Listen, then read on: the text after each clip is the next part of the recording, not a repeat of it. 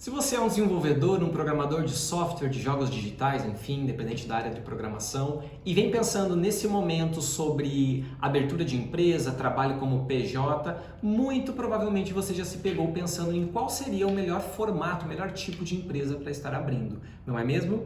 É sobre esse conteúdo que nós vamos falar no vídeo de hoje. Mas antes de mais nada, eu me chamo Thomas Barcelos, sou contador especializado em empresas de tecnologia, desenvolvedores e programadores de software e diretor aqui da Porter Contabilidade Digital, ok? Quero pedir também que você já deixe o seu like nesse vídeo, caso você não seja ainda inscrito ou inscrita no nosso canal, já pode estar se inscrevendo e ativando o sininho, as notificações para não perder nenhum conteúdo que nós subimos aqui no canal todas as semanas, ok? Temos também a área de comentários aqui embaixo, muito interessante, onde você pode deixar a sua dúvida sobre esse assunto, sobre esse tema e também sugestões, considerações, ok? Último pedido, não deixe de compartilhar esse conteúdo com aquele amigo, amiga empreendedora e desenvolvedora que você sabe que tem a necessidade de aprender um pouquinho mais a respeito desse conteúdo, ok? Sem mais delongas, vindo ao nosso assunto principal, qual seria então o melhor tipo, o melhor formato de empresa para atuar, para abrir, né, para atuar como desenvolvedor, como programador, ok?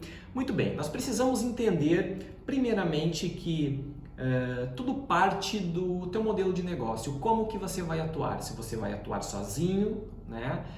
Se você pretende ter um sócio na empresa, algumas perguntas precisam ser respondidas primeiramente para que então a gente consiga chegar no melhor formato de empresa. Mas, caso hoje você tenha concebido em atuar de forma sozinha, como a grande maioria dos desenvolvedores, dos programadores que nós temos aqui na Porter, o melhor formato de empresa seria a sociedade limitada unipessoal, ou como também é conhecida, a SLU, ok?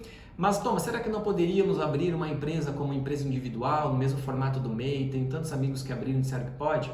Gente, poder pode. A questão é que eu não recomendo, né? A empresa individual, ela tem uma característica jurídica que é o seguinte: não há separação entre o patrimônio da empresa e o patrimônio do sócio, é tudo uma coisa só. Ou seja, o teu patrimônio como pessoa física, uma vez que tu abra uma empresa individual, né, como empresário individual, ele fica totalmente suscetível, totalmente exposto aos riscos da tua operação como empreendedor. E vamos lá, né, pessoal, independente do tamanho da operação, toda empresa, toda operação tem algum tipo de risco intrínseco, seja ele financeiro, seja ele de natureza tributária, relacionado aos impostos, né, ou propriamente operacional, com relação à atividade. Toda empresa tem algum tipo de risco. E o teu patrimônio como pessoa física fica exposto. Portanto, que já há muito tempo, né, pelo menos aí há uns 2 anos, que a gente já não recomenda mais a abertura de empresário individual, de empresas individuais, para nenhum dos nossos clientes de hoje. Na nossa base não temos nenhum, porque justamente não faz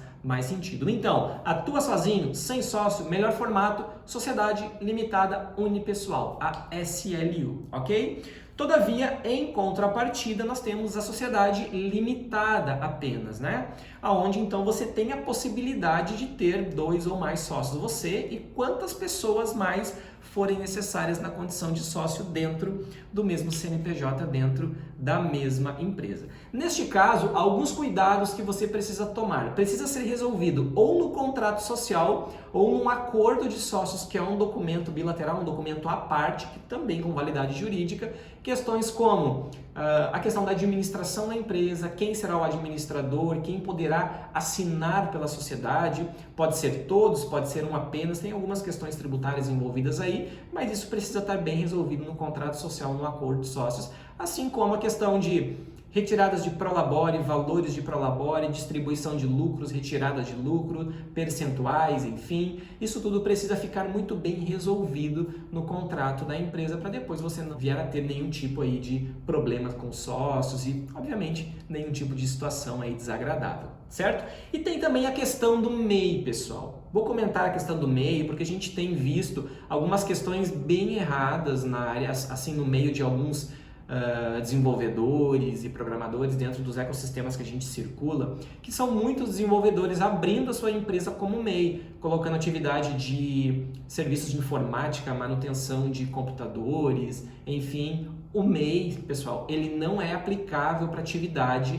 de desenvolvimento de software. Programadores, desenvolvedores não podem ser MEI. Não existe essa atividade específica, então por vezes ela não pode ser, é uma saída que não pode ser utilizada. É mais barato? É mais barato, mas está errado. E se tem uma coisa que funciona nesse país, se chama Receita Federal do Brasil. A gente não pode brincar com ela. Então, programadores, desenvolvedores, via de regra, não podem se registrar como um microempreendedor individual. E até aqui nós falamos sobre tipos de empresa, ou também como são conhecidos, naturezas jurídicas, individual, limitada, sociedade limitada, unipessoal, enfim. E diferente disso tudo, um assunto completamente separado é a questão tributária. Hoje você, como uma pessoa jurídica, você tem a necessidade de escolher um enquadramento tributário para sua empresa. Obviamente isso vai ser realizado com a ajuda de uma contabilidade, de um contador especializado no teu segmento. Mas quase sempre existe um enquadramento, quase sempre nós percebemos que o melhor enquadramento tributário para as empresas que atuam com desenvolvimento de software é o enquadramento do Simples Nacional, usufruindo do benefício do fator R. E o que seria o fator R? Nada mais é do que a relação percentual do teu faturamento dos últimos 12 meses, né, faturamento fiscal, aquele com nota fiscal, e o valor do seu prolabore, o salário pago ao sócio que trabalha. Sempre que essa relação, né, sempre que a folha de pagamento, que o prolabore é 28% ou mais do valor da receita bruta, do faturamento bruto acumulado dos últimos 12 meses da empresa, então existe a possibilidade de tributar no anexo 3 do Simples Nacional e pagar um imposto aí a partir de 6%, um imposto bem baixinho, muito menor do que pagando como pessoa física, muito menor do que como CLT, enfim, é muito mais vantajoso. Por que eu entrei no mérito dessa questão tributária, considerando que o nosso assunto é o melhor tipo de empresa?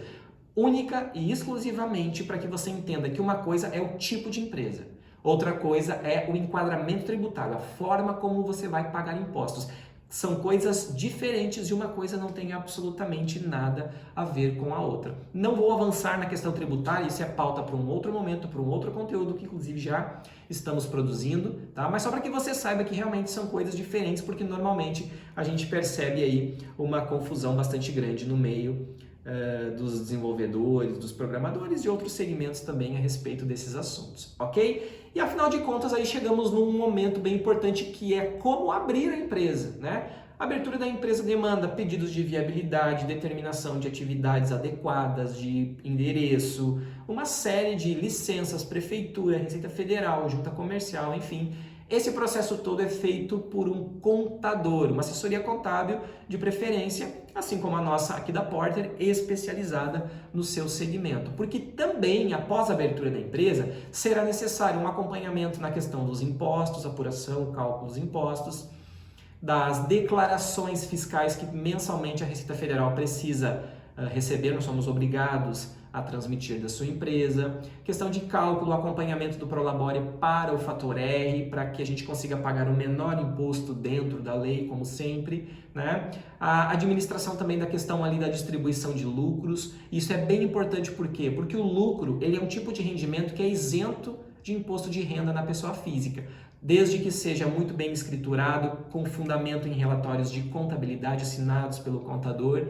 Então, uma assessoria contábil segmentada, especializada no seu segmento, vai conseguir te prestar todo esse trabalho, toda essa assessoria, assim como nós aqui da Porter, que temos um time bem capacitado, bem apto para te atender nesse sentido, assim como já atende uma série de outros programadores e desenvolvedores, ok? Se eu conseguir cumprir a minha missão nesse vídeo, você conseguiu ter um pouco mais de clareza sobre qual o melhor tipo, o melhor formato de empresa para atuar como desenvolvedor e também que a questão tributária ali é uma questão totalmente à parte, desvinculada do tipo da empresa. São assuntos diferentes, ok? Eu de coração espero que esse vídeo tenha feito sentido para você. Um forte abraço e até o próximo conteúdo.